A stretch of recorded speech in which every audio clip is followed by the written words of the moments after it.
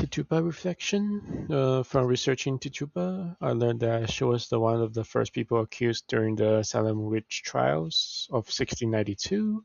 Tituba was enslaved woman lived in the household of Reverend Samuel Parris in Salem Village. Historians believe she was likely of indigenous African or mixed ancestry, although her exact background remains uncertain. After being accused of practicing witchcraft, Tituba confessed, under intense pressure, and described supernatural events that fueled fear and suspicion in the community. Like people during the time that will force people to confess, with their powers, like whites, force the color people to either do certain things that they wanted. Like in this case, she didn't even do it, but she confessed, under pressure. I learned that her confession contributed to the spread of the witch trials, while her own experiences demonstrated how valuable marginalized people could be during a time of fear and panic. This assignment is relevant to the course because it encouraged me to research historical events, analyze primary and secondary sources, and think critically about the relationship between history, culture, and society. By studying Tituba's role in the Salem witch trials, I practiced examining historical evidence while recognizing that historians sometimes disagree about certain details. This assignment helped me become more aware of the importance of evaluating historical information carefully and considering multiple perspectives. Called rhetoric reflection, Dor- Dormism. From researching Dormism, I learned that it is the belief that society or the world is inevitable, headed toward a collapse or disaster, leaving little hope for improvement. Christian nationalism. From researching Christian nationalism, I learned that it is the belief that the United States should be defined by Christianity and that the government should promote it, Christian values and identity. Immigration methods. From researching immigration methods, I learned that it is false or misleading beliefs about immigrants, such as claims that immigrants increase crimes or take jobs from native-born workers. Despite evidence showing these claims are often inaccurate. Japanese concentration camps in America. From researching Japanese concentration camps in America, I learned that it is during World War II, the U.S. government forcibly relocated and incarcerated about 120,000 people of Japanese ancestry, most of whom were U.S. citizens in incarceration camps. Santee Sioux mass execution by Abraham Lincoln. From researching Santee Sioux mass execution by Abraham Lincoln, I learned that it is occurred on December 26, 1862, when President Abraham Lincoln approved the execution of 38 Dakota men after the U.S. Dakota War, making it the largest mass execution in U.S. history. Thought terminating Clichy. From researching thought terminating Clichy, I learned that it is a thought terminating a simple phrase used to stop critical thinking or discussion, such as "it is what it is," like stop. U.S. versus them thinking. From researching U.S. versus them thinking, I learned that it is the tendency to divide people into opposing groups, viewing one's own group as a superior and the others as inferior or threatening. Repetition of talking points. From researching repetition of talking points, I learned that it is the persuasion technique in which the same message or slogan is repeated frequently to use increased acceptance and familiarity. Fear-based persuasion. From researching fear-based persuasion, I learned that it is a communication strategy that uses fear to influence people's attitudes or behaviors by emphasizing threats and consequences, just like the Tituba and the Milgram the experiment. Those like examples like how higher authorities like could like force people through like low authorities to like do certain things like they don't want it. Spiritual psychosis. From researching spiritual psychosis, I learned that it is refers to psychotic symptoms such as delusions or hallucinations that involves religious or spiritual themes. It is a clinical phenomenon rather than a formal DSM-5 diagnosis.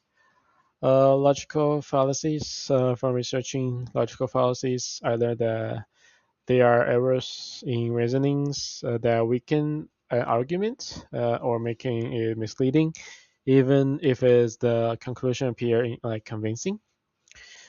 Page Act of 1872. From researching Page Act of 1872, I learned that it was the first U.S. federal immigration law restricting immigration. It largely targeted Chinese women by claiming to prevent prostitution and effectively limit Chinese immigration. People v. Hall. From researching People v. Hall, I learned that it was a California Supreme Court case that ruled Chinese people could not testify against white people in courts, reinforcing racial discrimination. United States v. Wong Kim Ark.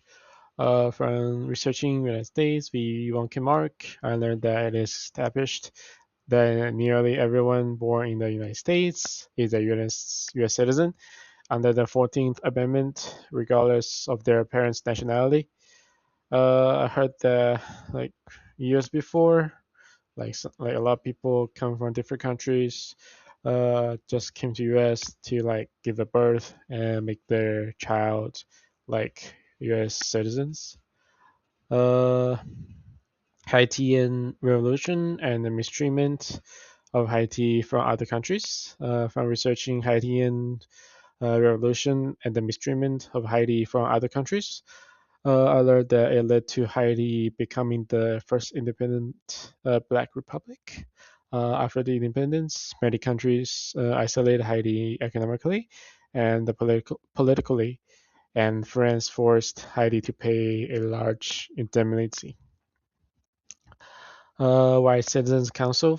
From researching White Citizens Council, I learned that it was a segregationist organization founded in 1954 that opposed racial integration and the civil rights movement through political and economic pressure. From researching confessional rhetoric and of disability in the church. From researching confessional rhetorics of disability in the church, I learned that it refers to religious messages that portray disability primarily as a result of sin, lack of faith, or something requiring confession or spiritual healing.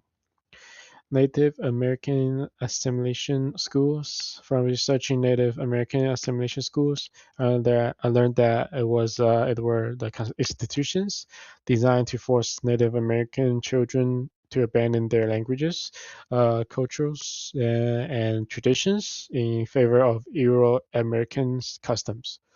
Hernandez v. Texas. From researching Hernandez v. Texas, I learned that it is Mexican Americans were protected under the Equal Protection Clause of the 14th Amendment and could not be excluded from jury service because of their ethnicity. Mendez v. Westminster. From researching Mendez v. Westminster, I learned that it is the segregation of Mexican American students into separate public schools in California was unconstitutional. Groupthink.